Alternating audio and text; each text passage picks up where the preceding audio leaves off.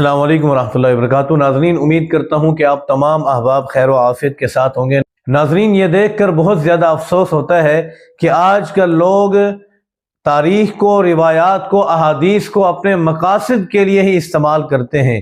جس چیز کا ان کا دل کرے اس کو قبول کرتے ہیں، اور جو ان کے مقاصد کے مطابق نہ ہو اس کا انکار کرتے ہیں۔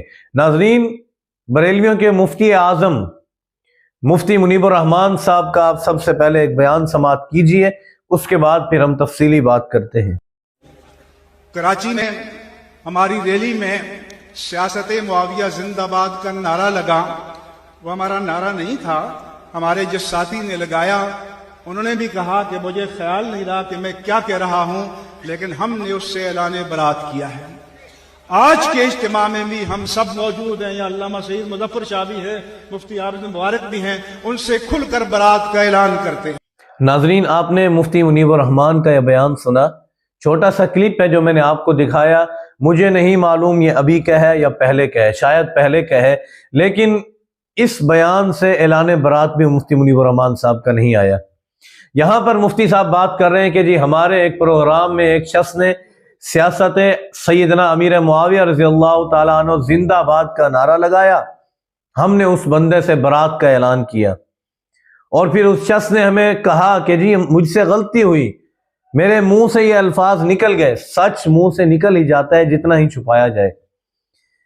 تو مفتی صاحب فرما رہے ہیں کہ ہمارا اس نعرے کے ساتھ کوئی تعلق نہیں، نعرہ لگانے والے کے ساتھ ہمارا کوئی تعلق نہیں، ہماری چاہت پہ یہ نعرہ نہیں لگایا گیا۔ کیا مفتی صاحب آپ چاہیں گے تو سیاست امیر معاویہ زندہ باد ہوگی، اگر آپ نہیں چاہیں گے تو زندہ باد نہیں ہوگی؟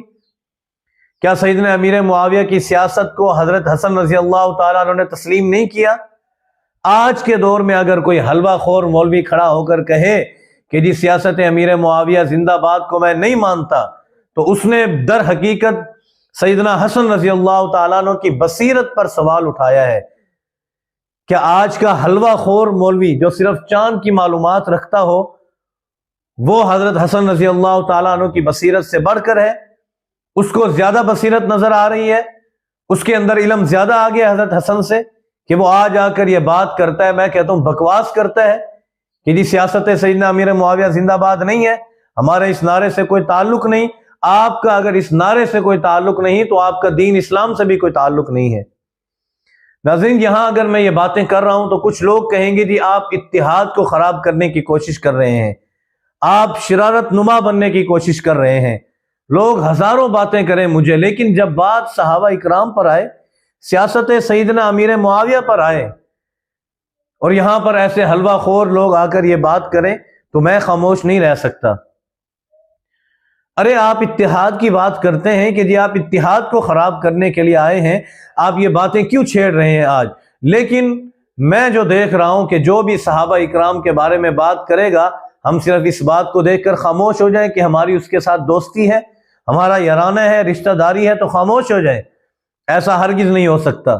پھانسی کے پھندے پہ لٹک سکتے ہیں لیکن صحابہ اکرام کے دشمن کا تعاقب نہیں چھوڑیں گے، پھر چاہے وہ بڑے سے بڑا محدث ہو، علامہ ہو، فلامہ ہو۔ ہماری نظر میں جو صحابہ اکرام کی عزت نہیں کرتا، ہمارے جوتے کی خاک کے برابر بھی نہیں ہو سکتا، پھر چاہے بڑے سے بڑا عالم دین ہی کیوں نہ ہو۔ یہاں پر صرف اور صرف میں بریلویوں پہ تنقید نہیں کر رہا، میں اس شخصیت پہ تنقید کر رہا ہوں جس نے یہ بات کی ہے۔ در حقیقت مجھے معلوم ہے کہ سارے بریلوی ایک جیسے نہیں، پانچوں انگلیاں ایک جیسی نہیں ہوتی، اسی طریقے سے سارے بریلوی حضرات علماء اکرام ایسے نہیں ہیں، لیکن جس نے یہ بات کی اس سے سخت نفرت ہے، اور اس نے بالکل غلط بات کی۔ آج اگر وہ حضرت حسن کی بصیرت سے بڑھ کر بات کر رہا ہے تو وہ سوال حضرت حسن پہ نہیں اٹھایا جا رہا، وہ اللہ کے رسول پہ اٹھایا جا رہا ہے۔ اور جو صحابہ اور اہل بیت پہ اس طریقے کے سوال اٹھائے کہ سیدنا حسن نے جو فیصلہ کیا، بیعت کی سیدنا امیر معاویہ کی، اور آج یہ بوڑھا حلوہ خور کھڑا ہو کے کہتا ہے کہ نہیں جی سیدنا امیر معاویہ کی سیاست زندہ باد نہیں ہے، سیاست کو نہیں مانتا۔ جب حضرت حسن نے مانی تو آپ نہیں مانتے، تو اس سے کوئی فرق نہیں پڑتا، لیکن آپ کے اوپر فرق پڑے گا کہ آپ نے حضرت حسن کے فیصلے کو رد کیا ہے۔ تو جو اہل بیت کے فیصلے کو رد کرے وہ مسلمان کہاں سے ہو سکتا ہے؟ اور کچھ لوگ یہ بھی کہیں گے جی یہ پہلے کا بیان ہے. ٹھیک ہے پہلے کا بیان ہے تو اس بیان کا رد بھی آیا مفتی صاحب کا؟ مفتی صاحب نے کوئی وضاحت کی ہے؟ یقیناً انہوں نے سیدنا امیر معاویہ کے بارے میں بہت ساری باتیں کی ہوں گی، ان کے حق میں ان کے فضائل بیان کیے ہوں گے، لیکن جو یہ بات اس نے یہاں پر کی، ہزاروں کے مجمع میں کی، ان کے ذہنوں کے اندر جو انتشار پیدا کیا، اس کو ختم کس طریقے سے کریں گے؟ اس میں مفتی صاحب کو چاہیے کہ ایک تفصیلی بیان کرے، بیان کے اندر یہ بات واضح کرے کہ میں نے غلط بات کی ہے. تاریخ کو بھی لوگ اپنی سیاست کے لیے استعمال کرتے ہیں. آج کل تو احادیث کو بھی اپنی سیاست پہ استعمال کرنا شروع کر دیا ہے. جہاں ان کا دل کرے فٹ کر دیتے ہیں.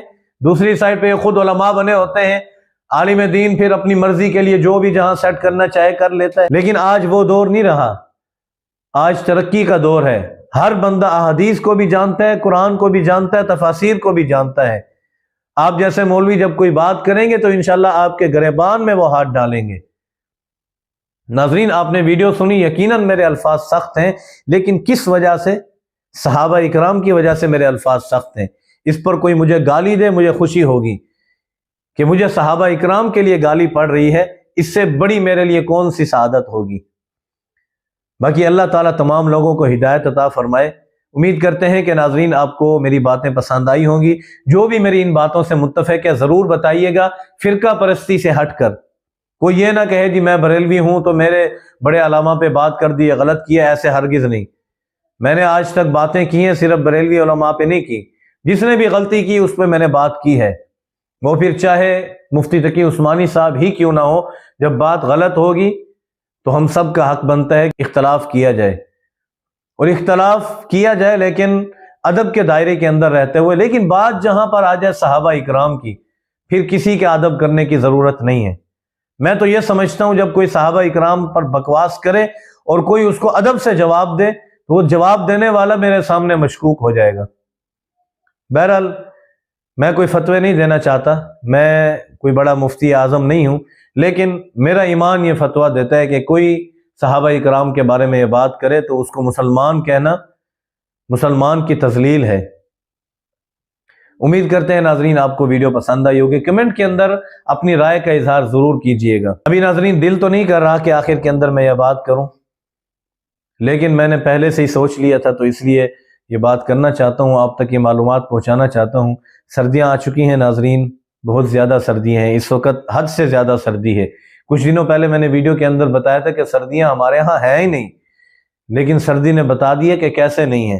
بہت زیادہ سردی ہے، اور سردی کے اندر زیادہ تر لوگ شہد استعمال کرتے ہیں. دیسی گھی ویسے ہی رمضان میں استعمال کیا جاتا ہے، تو شہد استعمال تو کرتے ہیں لیکن دیسی شہد کہیں سے ملتا نہیں. کافی لوگ فارمی چیز ہمیں بیچ دیتے ہیں، دھوکہ دہی سے کام کرتے ہیں. تو اسی دھوکہ دہی کو دیکھتے ہوئے ہم نے سوچا کیوں نہ ہم اس پلیٹ فارم پر بھی کام کریں. کاروبار اگر سنت طریقے سے کیا جائے شرعی اصولوں پہ، وہ بھی عبادت ہے. تو لوگوں کو دھوکہ دہی سے بچانے کے لیے ہم نے یہ کام شروع کیا ہے. چھوٹی مکھی کا شہد، ابھی میرے پاس یہ پیکنگ میں نے ہاتھ میں لی ہوئی ہے، صرف 1 پاؤ کی پیکنگ ہے. یہ بڑی سہولت ہے کہ آپ پاؤ بھی منگوا سکتے ہیں. کوئی کہتا ہے یار کلو منگواؤں میرے کس کام آئے گا، بچے ہیں کھانسی ہیں انہوں نے صرف استعمال کرنے ہیں تو آدھا کلو کلو کیسے منگوائیں. تو آپ 1 پاؤ کی پیکنگ بھی منگوا سکتے ہیں. اور شہد بالکل دیسی جنگلی شہد ہے، کم مقدار میں ہمارے پاس ہے، لیکن چیز بالکل زبردست ہے، 100% پیور ہے. آپ یہ دیسی شہد اور دیسی گھی گائے کے مکھن کا، یہ 1 کلو کی پیکنگ ہے. اس میں آدھا کلو کی پیکنگ بھی ہے، آپ آدھا کلو یا کلو منگوا سکتے ہیں. کچھ لوگ کہتے ہیں جی ریٹ بھی ہمیں بتا دیں ہمیں، تاکہ اپنی رینج معلوم ہو کہ ہم منگوا سکیں یا نہیں منگوا سکتے. تو شہد جو ہے چھوٹی مکھی کا، یہ 4500 روپے کلو ہے ڈیلیوری چارج کے ساتھ. پورے پاکستان میں ہوم ڈیلیوری ہو جائے گی، لیکن باہر ملکوں کے اندر نہیں ہو سکتی کیونکہ لیکوڈ ہے، یہ باہر نہیں جا سکتا. کوئی جانے والا جا رہا ہو اس کو ہاتھ میں دے دیں بھی لیتے جائیں، وہ الگ بات ہے. دیسی گھی 3500 روپے کلو ہے، اور گائے کا دیسی گھی ہے، اور گاؤں کا ہی ہے، اپنے گاؤں کا، اپنے گھر کا، آس پاس گاؤں کا، 100% گارنٹی کے ساتھ ہے. پسند نہ آنے پر آپ صرف ہمیں میسج کریں گے، خود آپ کے پاس لیپڈ والے آئیں گے، کال کریں گے، اسی ایڈریس سے آپ سے یہ چیز واپس اٹھا لیں گے، آپ کو آپ کی رقم دے جائے گی. لیکن ناظرین آپ ہمیں یہاں پر سنتے ہیں